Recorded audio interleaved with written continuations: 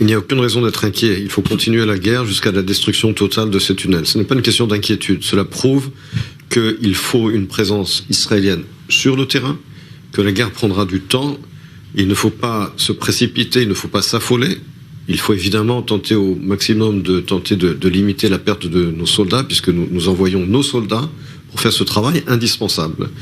Cela prend du temps. Jean-Charles, cela fait plus de 15 ans que le Hamas construit ces infrastructures, entre parenthèses, des milliards de dollars qui ont été dépensés uniquement pour de l'armement et des infrastructures militaires au lieu de les investir dans le civil. Bon. Mais cela prendra du temps. Il est indispensable que Tsahal termine le travail et il n'est pas question d'arrêter au milieu. D'ailleurs, je vous rappelle, Jean-Charles, que toutes les familles des soldats qui sont tombés au combat, lorsqu'on leur rend visite, et j'ai rendu visite à beaucoup d'entre elles, à chaque fois ça déchire le cœur, mais tous ont le même message.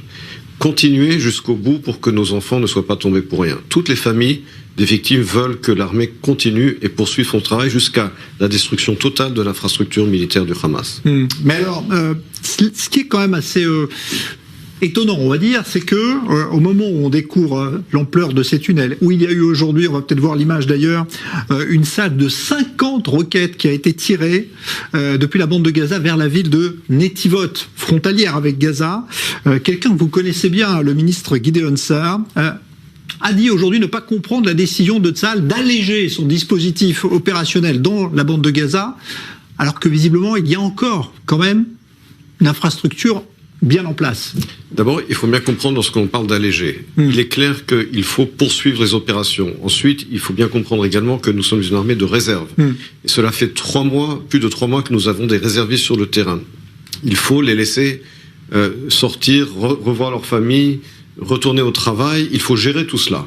Quand on dit alléger, ça signifie également permettre aux réservistes, qui sont des êtres humains avec des familles et du travail, de pouvoir sortir pendant au moins quelques semaines et les remplacer par d'autres réservistes.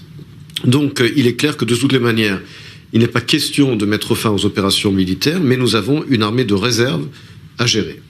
Alors, il y a des décisions stratégiques évidemment très importantes là-dessus. Est-ce que vous trouvez globalement que le gouvernement israélien, sans prendre position pour un tel ou un tel, mais globalement ce gouvernement israélien gère cette crise sans précédent que connaît Israël depuis le 7 octobre, cette guerre, le dossier des otages, est-ce qu'il gère cela avec, on va dire, le plus de clairvoyance possible? Je pense qu'il faut distinguer entre la gestion du combat, de la guerre, et la gestion du pays. Et là, il faut bien reconnaître qu'il y a une différence entre la façon dont les combats sont gérés par le cabinet de guerre. Il y a des dissensions, mais elles sont discutées. Je pense que d'une manière générale, l'armée et le cabinet de guerre, jusqu'à présent, ont réussi effectivement à avancer de façon très significative, mais il faut de la patience.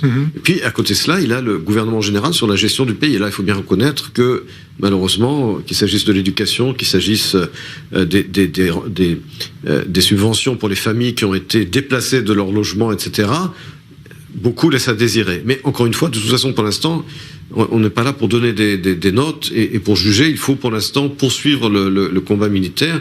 Le peuple israélien jugera ses dirigeants après la guerre et beaucoup seront jugés sévèrement. Mais pour l'instant, il faut se focaliser sur la victoire, sur la poursuite des combats et sur la victoire et rester unis tant que la guerre se poursuit. Alors il y a justement aujourd'hui, on va dire une question importante que le gouvernement israélien doit gérer, c'est de savoir si il doit chercher à tout prix un accord visant à permettre la libération des otages et peut-être accepter un cessez-le-feu, permanent ou pas, ça c'est une autre question, ou continuer cette pression militaire. Le Qatar aujourd'hui a appelé, le Premier ministre qatari depuis Davos a appelé un cessez-le-feu, parce que sinon il n'y aura pas d'issue possible à tout cela, il faut arrêter cette guerre, dit le Qatar, et il a une proposition, les pays arabes ont une solution pour cela. Est-ce que vous pensez qu'il faut aller dans cette voie-là, ou est-ce qu'au contraire Israël doit garder sa pression militaire de plus en plus forte? Le Qatar est un pays ennemi d'Israël. Donc on ne va pas écouter les conseils du Qatar, c'est un pays ennemi. C'est le pays qui finance le Hamas, c'est le pays qui finance Al Jazeera, c'est le pays qui finance les frères musulmans. Ce que conseille le Qatar, par définition, va à l'encontre des intérêts nationaux d'Israël. Il n'est pas question, et j'insiste, il n'est pas question d'avoir un cessez-le-feu. Un cessez-le-feu à ce stade ne fera que servir les intérêts du Hamas. Ce dont nous avons besoin à ce stade, c'est la victoire. Et la victoire, oui, cela signifie également sauver le maximum de nos otages. Et cela n'aura pas lieu à ce stade sans la guerre et sans la victoire. Aujourd'hui, ce qui reste du leadership du Hamas, en particulier Sinoir, n'a aucun intérêt d'arriver à un nouvel accord avec Israël, puisqu'il se sert de ses otages comme bouclier humain, donc il ne va pas les libérer. Et lui exigera, évidemment, pour les libérer, une cessation complète des hostilités, le retrait de Tsahal de la bande de Gaza et le maintien du leadership du Hamas dans la bande de Gaza. Il n'en est pas question. Ouais, d'ailleurs, j'aimerais qu'Israël bien évoque plus souvent. Il est hors de question d'imaginer que le Hamas puisse tenir encore un quelconque rôle dans cette après-guerre à Gaza. Hein. Hors de question. Ouais. Et l'autorité palestinienne, selon vous, est apte à prendre la gestion civile de la bande de Gaza après ?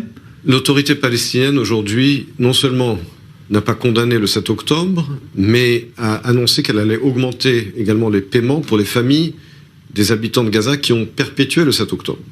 Donc, est-ce que nous envoyons nos fils se sacrifier à Gaza pour que ce gouvernement pro-Hamas, qu'est l'autorité palestinienne, puisse gérer la bande de Gaza? Vous imaginez, est-ce que les Israéliens sont en train de sacrifier leurs fils pour permettre au terroriste numéro 2 de rentrer dans le territoire du terroriste numéro 1? Il n'en est pas question non plus. L'autorité palestinienne aujourd'hui est un gouvernement qui est lui-même terroriste, qui soutient le terrorisme, qui encourage le terrorisme dans ses livres, dans son système d'incitation à la haine, dans les livres scolaires, dans les médias. Mahmoud Abbas est un homme de 88 ans qui a un pied dans la tombe, qui gère à peine l'autorité palestinienne, qui s'est fait jeter de la bande de Gaza en 2007 par le Hamas. Le Hamas a massacré les gens du Fatah, mais le Fatah et le Hamas, c'est blanc bonnet et bonnet blanc. Et donc il n'est pas question de faire rentrer Mahmoud Abbas, qui d'ailleurs lui-même n'en veut pas. Mahmoud Abbas lui-même ne va pas rentrer dans la bande de Gaza sur le dos des tanks israéliens. Donc l'autorité palestinienne, de toute façon, ce ne sera pas non plus l'entité qui gérera la bande de Gaza après la guerre. Il y aura beaucoup d'efforts à investir et de réflexions à investir sur le jour d'après. Mais avant le jour d'après, il y a le jour d'aujourd'hui, ce qui signifie la poursuite de la guerre et la victoire. Alors,